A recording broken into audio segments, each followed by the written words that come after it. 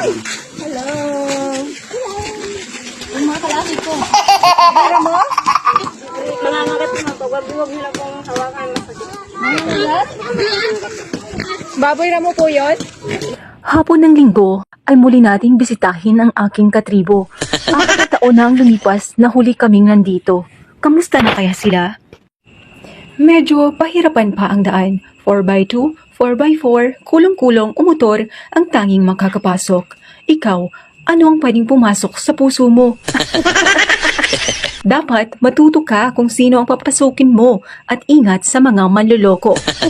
Oh, diba? Naglalakwatsa na nga lang ako, nadamay pa kayo.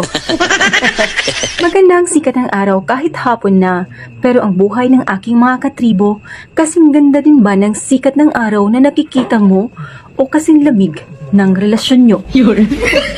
Ito pala si Ate Chona, kamukha ko siya, diba? 5 ang anak niya.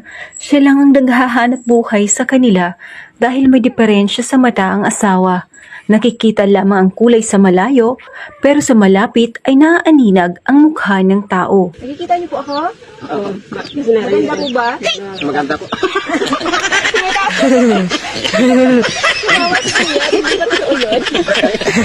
Napansin ko na may pagbabago nga sa kanila. Medyo pumuti na sila. Nag-glow ta ba o may halo na? Pagka may halo po, pwedeng unat po kasi. Kagaya po niya. Ito, Na may, Halika nga, be. may halo na sila po kasi unat. ito hindi na masyadong kulot, no? Opo, hindi na. Pero kulot pa rin, hindi lang siya sobrang kulot-kulot. Si Kuya Dennis ay nag-aalaga na lang ng mga manok at nagtatanim ng halaman sa paligid ng bahay nila. Samantala si Ate Chona ay nagtitinda ng mga prutas at gulay sa mga apam na dumadayo sa lugar nila. Nagiging tour guide na rin daw siya ng mga turista. Ayun na nga, nagsample na si Ate Chona ng pag-tour sa bahay nila. Wow! Ayan po, yung bubong is plastic. Tingnan ko, may bubong. So kung araw, mainit. Tapos ito gawa na. Kuha mo tabo po. Gawa ng ano po Ayan, ito? ayan, kuha yung bubong. Kuya? Parang ano po, parang yan. Gawa yan ng maliliit. Yan po yung Pero matibay siya. Tapos malamig pag yung dingding. Papasok po ba? Ay, kasi siyempre hindi naman nila expect na darating tayo dito ngayon. Ay, kasi medyo mataas ako, kaya nauuntog ako dito sa kisame nila. Ayan. So, ito po yung higa. Saan yung higaan? Ayun yung higaan. Yan, may kulambo para walang lamok. May lamok ba sa gabi dito? Ay, talaga? So, ito yung damitan. Damitan. Ayan po yung mga damitan. Dalhan kita ng hanger sa susunod para i-hanger mo lang siya. Lagyan mo ng hanger. Nice! Ito po yung datuan. Ito po yung datuan. May takure. Ayan. As in, traditional na pagluluto. No? Yung kahoy pa siya and bato. Lagayan ng mga plato. Asa kayo nag-ugas ng plato? Dito din. Kasya kayo dyan? Kami lang po maliliit, pero yung dalawa ko po malaki doon po sa kanila, sa nanay ko po. Sa kabila doon. Ayan. Doon po sa malayo. Yung po sa may tubig, doon po sa may May tubig. Puntahan po natin yun. At doon yung pinakabahay nyo. Saan po yung CR nyo? Maluangan po. Maluangan po sa gugu, ano po.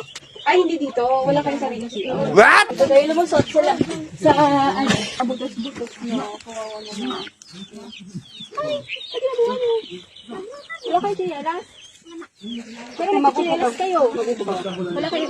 Itong anak mo to? Yan. Karindi. Karinong hangin.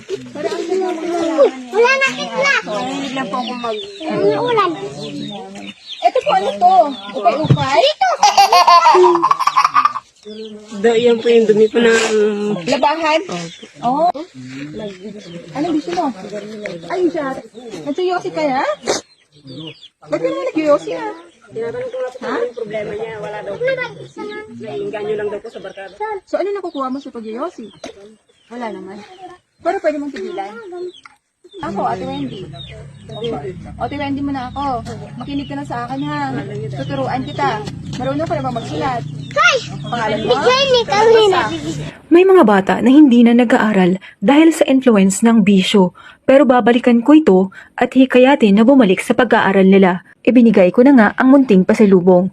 5 kilong bigas na tag 50. Wow! Noodles at delata.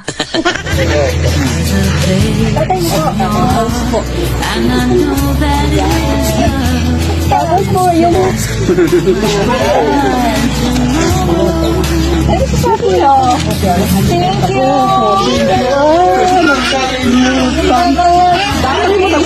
Sige na, bye-bye na! Ah, dadan si Tuak.